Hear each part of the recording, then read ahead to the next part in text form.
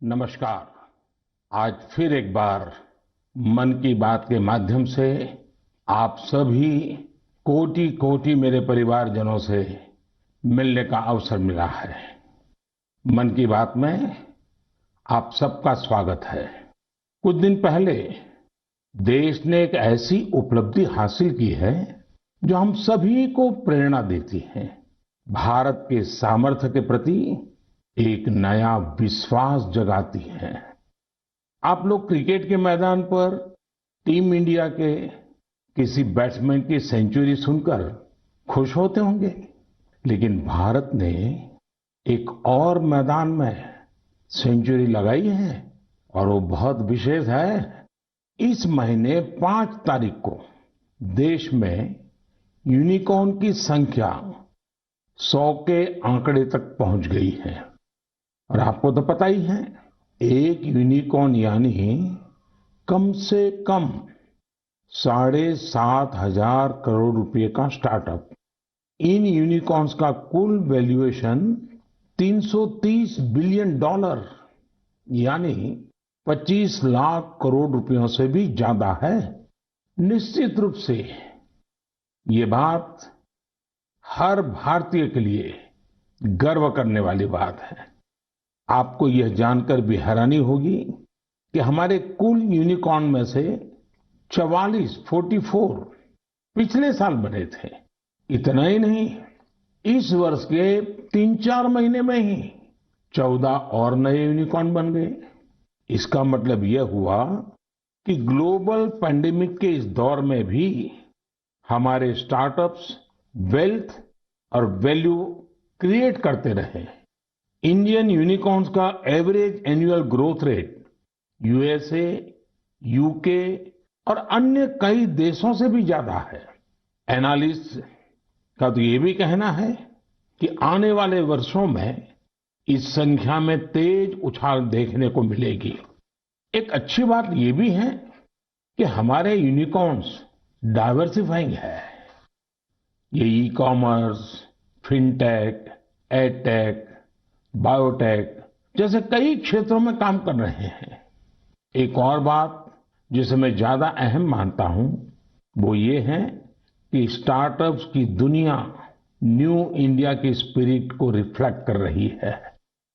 आज भारत का startup ecosystem सिर्फ बड़े शहरों तक ही सीमित नहीं है। छोटे छोटे शहरों और कस्बों से भी एंटरप्रेन्योर सामने आ रहे हैं। इससे पता चलता है कि भारत में जिसके पास इनोवेटिव आइडिया है वो वेल्थ क्रिएट कर सकता है। साथियों, देश की सफलता के पीछे देश की युवा शक्ति, देश के टैलेंट और सरकार सभी मिलकर के प्रयास कर रहे हैं। हर किसी का योगदान है। लेकिन इसमें एक और बात महत्वपूर्ण है, वो है स्टार्टअप वर्ल्ड में राइट मेंटरिंग यानी सही मार्गदर्शन। एक अच्छा मेंटर स्टार्टअप को नई ऊंचाइयों तक ले जा सकता है। वह फाउंडर्स को राइट डिसीजन के लिए हर तरह से गाइड कर सकता है। मुझे इस बात का गर्व है कि भारत में ऐसे बहुत से मेंटर्स हैं जिन्होंने स्टार्टअप्स को आगे बढ़ाने के लिए खुद को समर्पित कर दिया है। श्रीधर वेम्बू जी को हाल ही में पद्म सम्मान मिला है। वह खुद एक सफल एंटरप्रेन्योर है, लेकिन अब उन्होंने दूसरे एंटरप्रेन्योर को ग्रूम करने का भी बीड़ा उठाया है। श्रीधर जी ने अपना काम ग्रामीण इलाके से शुरू किया है। वे ग्रामीण युवाओं को गांव में ही रहकर इस क्षेत्र में कुछ करने के लिए प्रोत्साहित कर रहे हैं। हमारे यहाँ मदन पड़ाकी जैसे लोग भी हैं जिन्होंने रूरल एंटरप्रेन्योर्स को बढ़ावा देने के लिए 2014 में वन ब्रिज नाम का प्लेटफॉर्म बनाया था। आज वन ब्रिज दक्षिण और पूर्वी भारत के 75 से अधिक जिलों में मौजूद है। इससे जुड़े 9,000 से अधिक रूरल एंटरप्रेन्योर्स ग्रामीण उपभोक्ताओं को अपनी सेवाएं उपलब्ध करा रहे हैं। मीरा शेनॉय जी भी ऐसी एक मिसाल है। वो रूरल, ट्राइबल और डिसेबल यूथ के लिए मार्केट लिंक स्किल ट्रेनिंग के क्षेत्र में उल्लेखनीय कार्य कर रही है। मैंने यहां तो कुछ ही नाम लिए हैं, लेकिन आज हमारे बीच मेंटर्स की कमी नहीं है। हमारे लिए यह बहुत प्रसन्नता की बात है कि स्टार्टअप्स के लिए आज देश में एक पूरा सपोर्ट सिस्टम तैयार हो रहा है। मुझे विश्वास है कि आने वाले समय में हमें भारत के स्टार्टअप वर्ल्ड की प्रगति की नई उड़ान देखने को मिलेगी। साथियों, कुछ दिनों पहले मुझे एक ऐसी इंटरेस्टिंग और अट्रैक्टिव चीज मिली जिसमें देशवासियों की क्रिएटिविटी और उनके आर्टिस्टिक टैलेंट का रंग भरा है। एक उपहार है जिसे तमिलनाडु के तंजावुर के एक सेल्फ हेल्प ग्रुप ने मुझे भेजा है। इस उपहार में भारतीयता की सुगंध है और मातृशक्ति के आशीर्वाद। मुझ पर उनके स्नेह की भी झलक है। यह एक स्पेशल तंजावुर डॉल है जिसे जीआई टैग भी मिला हुआ है। मैं तंजावुर सेल्फ हेल्प ग्रुप को विशेष धन्यवाद देता हूं कि उन्होंने मुझे स्थानीय संस्कृति में रचे बसे इस उपहार को भेजा। वैसे साथियों, ये तंजावुर डॉल जितनी खूबसूरत होती है उतनी ही खूबसूरती से ये महिला सशक्तिकरण की नई गाथा भी लिख रही है।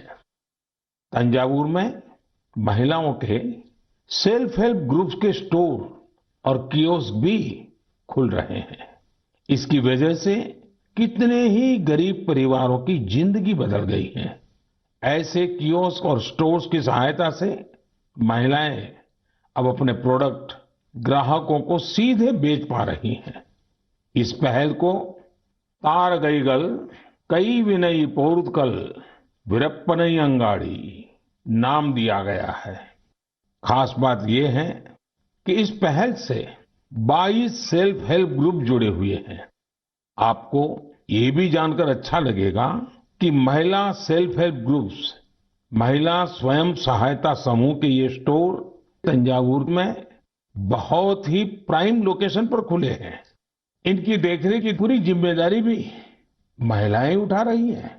ये महिला self help group Thanjavur doll और ब्रोंज लैंप जैसे जीआई प्रोडक्ट के अलावा खिलौने, मेट और आर्टिफिशियल ज्वेलरी भी बनाते हैं।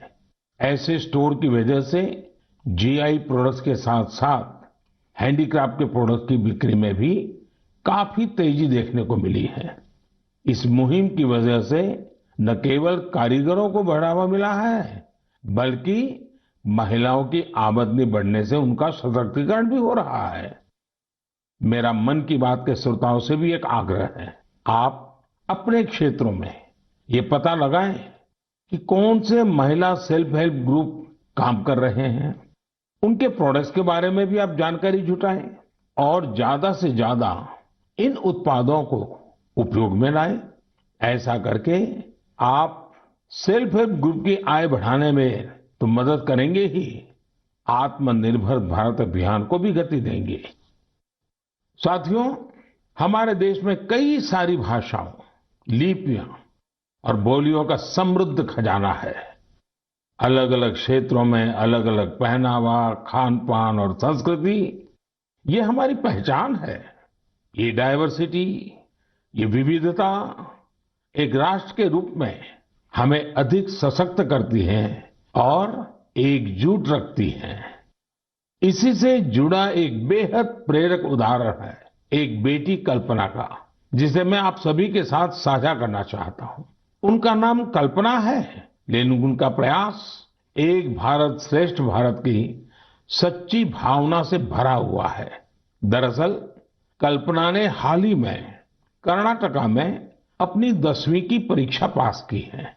लेकिन उनकी सफलता की बेहद खास बात यह है कि कल्पना को कुछ समय पहले तक कन्नड़ा भाषा ही नहीं आती थी। उन्होंने न सिर्फ 3 महीने में कन्नड़ा भाषा सीखी, बल्कि 92 नंबर भी मिला करके दिखाए। आपको ये जानकर हैरानी हो रही होगी, लेकिन ये सच है। उनके बारे में और भी कई बातें ऐसी हैं जो आपको हैरान भी करेगी और प्रेरणा भी देगी।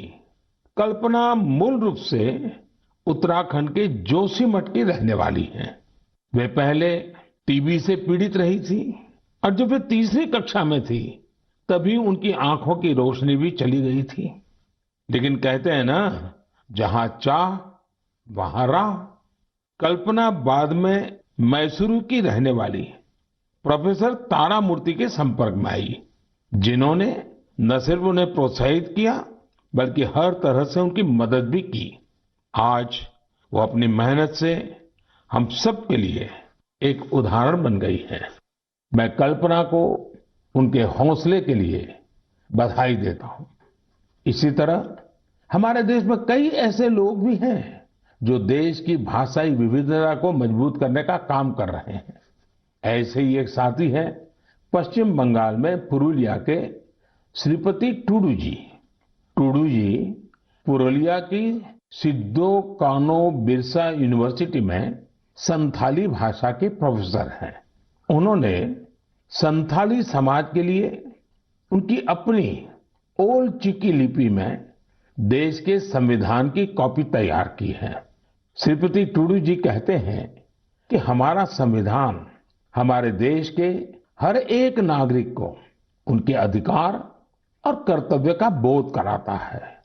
इसलिए प्रत्येक नागरिक को इससे परिचित होना जरूरी है। इसलिए उन्होंने संथाली समाज के लिए उनकी अपनी लिपि में संविधान की कॉपी तैयार करके भेंट सौगात के रूप में दी है। मैं श्रीपति जी की सोच और उनके प्रयासों की सराहना करता हूं। ये एक भारत श्रेष्ठ भारत की भावना का जीवंत उदाहरण है। इस भावना को आगे बढ़ाने वाले ऐसे बहुत से प्रयासों के बारे में आपको एक भारत श्रेष्ठ भारत की वेबसाइट पर भी जानकारी मिलेगी। यहाँ आपको खान पान, कला, संस्कृति, पर्यटन समेत ऐसे कई विषयों पर एक्टिविटीज के बारे में पता चलेगा। आप इन एक्टिविटीज में हिस्सा भी ले सकते हैं। इससे आपको अपने देश के बारे में जानकारी भी मिलेगी और आप देश की विविधता को महसूस भी करेंगे। मेरे प्यारे देशवासियों, इस समय हमारे देश में उत्तराखंड के 4 धाम की पवित्र यात्रा चल रही है। 4 धाम और खासकर केदारनाथ में हर दिन हजारों की संख्या में श्रद्धालु वहां पहुंच रहे हैं। लोग अपनी 4 धाम यात्रा के सुखद अनुभव शेयर कर रहे हैं। लेकिन मैंने ये भी देखा कि श्रद्धालु केदारनाथ में कुछ यात्रियों द्वारा फैलाई जा रही गंदगी की वजह से बहुत दुखी भी है। सोशल मीडिया पर भी कई लोगों ने अपनी बात रखी है। हम पवित्र यात्रा में जाएं और वहां गंदगी का ढेर हो, ये ठीक नहीं। लेकिन साथियों, इन शिकायतों के बीच कई अच्छी तस्वीरें भी देखने को मिल रही हैं। जहां श्रद्धा है वहां सृजन और सकारात्मकता भी है। कई श्रद्धालु ऐसे भी हैं जो बाबा केदार के धाम में दर्शन पूजन के साथ साथ स्वच्छता की साधना भी कर रहे हैं। कोई अपने ठहरने के स्थान के पास सफाई कर रहा है, तो कोई यात्रा मार्ग से कूड़ा कचरा साफ कर रहा है। स्वच्छ भारत अभियान की टीम के साथ मिलकर कई संस्थाएं और स्वयंसेवी संगठन भी वहां काम कर रहे हैं। साथियों, हमारे यहाँ जैसे तीर्थ यात्रा का महत्व होता है, वैसे ही तीर्थ सेवा का भी महत्व बताया गया है। और मैं तो ये भी कहूंगा, तीर्थ सेवा के बिना तीर्थ यात्रा भी अधूरी है। देवभूमि उत्तराखंड में से कितने ही लोग हैं जो स्वच्छता और सेवा की इस साधना में लगे हुए हैं। रुद्रप्रयाग के रहने वाले श्रीमान मनोज बैंजवाल जी से भी आपको बहुत प्रेरणा मिलेगी। मनोज जी ने पिछले 25 वर्षों से पर्यावरण की देखरेख का बीड़ा उठा रखा है। वो स्वच्छता की मुहिम चलाने के साथ ही पवित्र स्थलों को प्लास्टिक मुक्त करने में भी जुटे रहते हैं। वहीं गुप्त काशी में रहने वाले सुरेंद्र बगवाड़ी जी ने भी स्वच्छता को अपना जीवन मंत्र बना लिया है। वो गुप्त काशी में नियमित रूप से सफाई कार्यक्रम चलाते हैं और मुझे पता चला है इस अभियान का नाम भी उन्होंने मन की बात रख लिया है।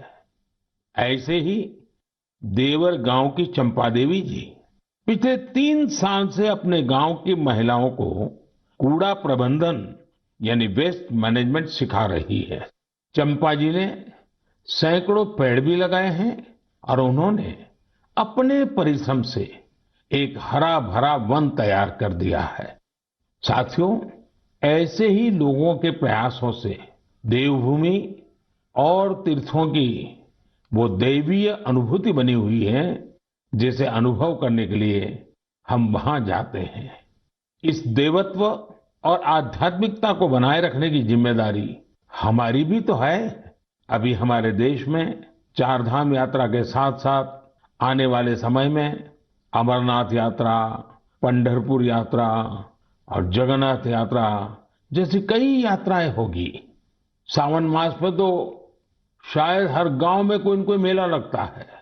साथियों, हम जहां कहीं भी जाए, इन तीर्थ क्षेत्रों की गरिमा बनी रहे, शुचिता, साफ सफाई, एक पवित्र वातावरण, हमें इसे कभी नहीं भूलना है। उसे जरूर बनाए रखें और इसलिए जरूरी है कि हम स्वच्छता के संकल्प को याद रखें। कुछ दिन बाद ही 5 जून को विश्व पर्यावरण दिवस के रूप में मनाता है। पर्यावरण को लेकर हमें अपने आसपास की सकारात्मक अभियान चलाने चाहिए और ये निरंतर करने वाला काम है। आप इस बार सबको साथ जोड़कर स्वच्छता और वृक्षारोपण के लिए कुछ प्रयास जरूर करें। आप खुद भी पेड़ लगाइए और दूसरों को भी प्रेरित करिए। मेरे प्यारे देशवासियों, अगले महीने 21 जून को हम 8वां अंतर्राष्ट्रीय योग दिवस मनाने वाले हैं। इस बार योग दिवस की थीम है योगा फॉर ह्यूमैनिटी। मैं आप सभी से योग दिवस को बहुत ही उत्साह के साथ मनाने का आग्रह करूंगा। हाँ, कोरोना से जुड़ी जरूरी सावधानियां भी बरतें।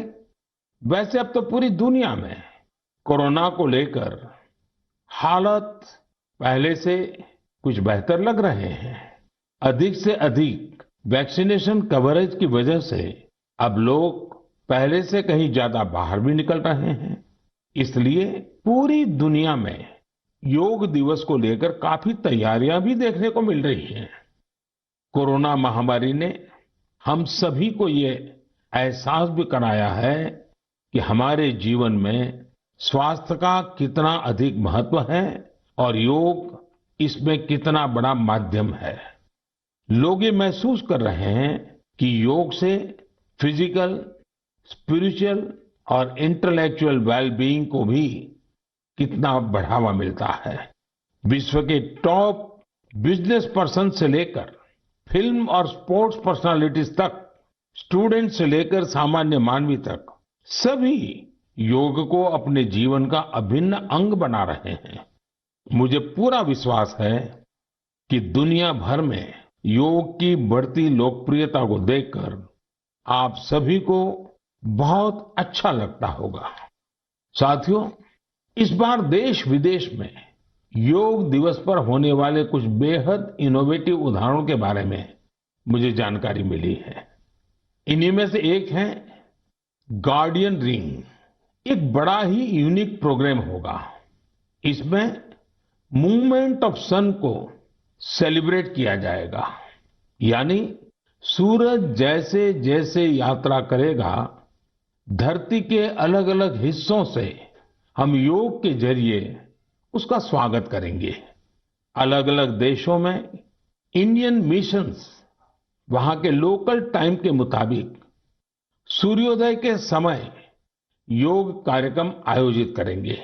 एक देश के बाद दूसरे देश से कार्यक्रम शुरू होगा, पूरब से पश्चिम तक निरंतर यात्रा चलती रहेगी, फिर ऐसे ही ये आगे बढ़ता रहेगा। इन कार्यक्रमों की स्ट्रीमिंग भी इसी तरह एक के बाद एक जुड़ती जाएगी, यानी ये एक तरह का रिले योगा स्ट्रीमिंग इवेंट होगा। आप भी इसे जरूर देखिएगा। साथियों, हमारे देश में इस बार अमृत महोत्सव को ध्यान में रखते हुए देश के 75 प्रमुख स्थानों पर भी अंतर्राष्ट्रीय योग दिवस का आयोजन होगा। इस अवसर पर कई संगठन और देशवासी ने अपने अपने स्तर पर अपने अपने क्षेत्र की खास जगहों पर कुछ न कुछ इनोवेटिव करने की तैयारी कर रहे हैं। मैं आपसे भी यह आग्रह करूंगा, इस बार योग दिवस मनाने के लिए आप अपने शहर, कस्बे या गांव की किसी ऐसी जगह चुने जो सबसे खास हो। ये जगह कोई प्राचीन मंदिर और पर्यटन केंद्र हो सकता है, या फिर किसी प्रसिद्ध नदी, झील या तालाब का किनारा भी हो सकता है। इससे योग के साथ साथ आपके क्षेत्र की पहचान भी बढ़ेगी और पर्यटन को भी बढ़ावा मिलेगा। इस समय योग दिवस को लेकर 100 डे काउंटडाउन भी जारी है, या यूं कहें कि निजी और सामाजिक प्रयासों से जुड़े कार्यक्रम 3 महीने पहले ही शुरू हो चुके हैं। जैसा कि दिल्ली में 100वें दिन और 75वें दिन के काउंटडाउन प्रोग्राम्स हुए हैं, वहीं असम के शिवसागर में 50वें और हैदराबाद में 25वें काउंटडाउन इवेंट आयोजित किए गए। मैं चाहूंगा कि आप भी अपने यहाँ अभी से योग दिवस की तैयारियां शुरू कर दीजिए। ज्यादा से ज्यादा लोगों से मिलिए। हर किसी को योग दिवस के कार्यक्रम में जुड़ने के लिए आग्रह कीजिए, प्रेरित कीजिए। मुझे पूरा भरोसा है कि आप सभी योग दिवस में बढ़ चढ़कर हिस्सा लेंगे, साथ ही योग को अपने दैनिक जीवन में भी अपनाएंगे। साथियों, कुछ दिन पहले मैं जापान गया था। अपने कई कार्यक्रमों के बीच मुझे कुछ शानदार शख्सियतों से मिलने का मौका मिला। मैं मन की बात में आपसे उनके बारे में चर्चा करना चाहता हूं। वे लोग हैं तो जापान के, लेकिन भारत के प्रति इनमें गजब का लगाव और प्रेम है। इनमें से एक है हिरोशी कोइके जी, जो एक जाने माने आर्ट डायरेक्टर है। आपको ये जानकर बहुत ही खुशी होगी कि इन्होंने महाभारत प्रोजेक्ट को डायरेक्ट किया है। इस प्रोजेक्ट की शुरुआत कंबोडिया में हुई थी और पिछले 9 सालों से ये निरंतर जारी है। हिरोशी कोइके जी हर काम बहुत ही अलग तरीके से करते हैं। वे हर साल एशिया के किसी देश की यात्रा करते हैं और वहां लोकल आर्टिस्ट और म्यूजिशियंस के साथ महाभारत के कुछ हिस्सों को प्रोड्यूस करते हैं।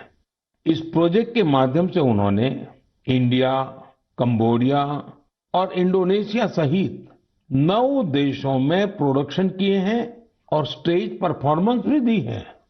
हिरोशी कोइके जी उन कलाकारों को एक साथ लाते हैं जिनका क्लासिकल और ट्रेडिशनल एशियन परफॉर्मिंग आर्ट्स में डाइवर्स बैकग्राउंड रहा है। इस वजह से उनके काम में विविध रंग देखने को मिलते हैं। इंडोनेशिया, थाईलैंड, मलेशिया और जापान के परफॉर्मर्स जावा नृत्य, बाली नृत्य, थाई नृत्य के जरिए इसे और आकर्षक बना देते हैं।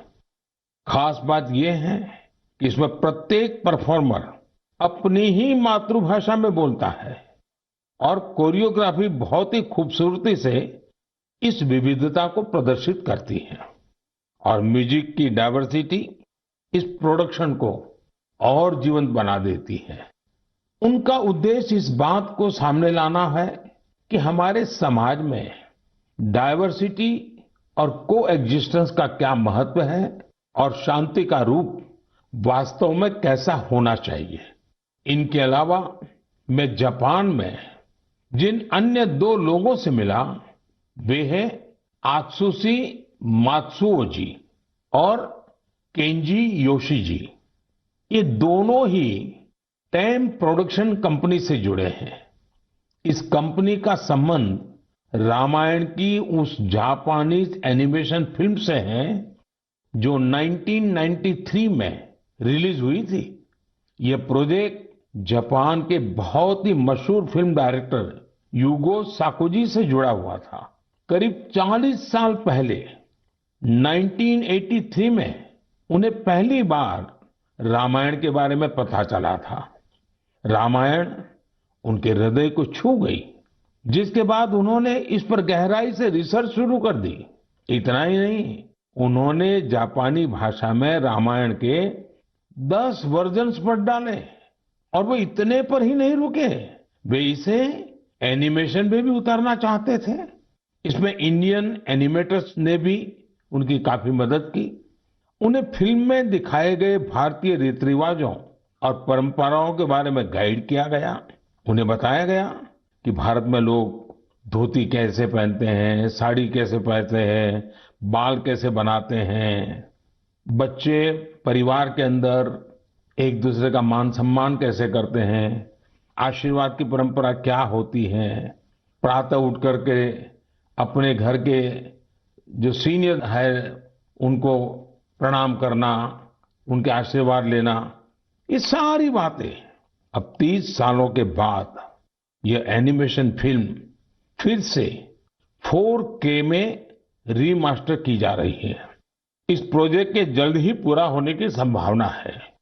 हमसे हजारों किलोमीटर दूर जापान में बैठे लोग जो न हमारी भाषा जानते हैं, जो न हमारी परंपराओं के बारे में उतना जानते हैं, उनका हमारी संस्कृति के लिए समर्पण, ये श्रद्धा, ये आदर बहुत ही प्रशंसनीय है।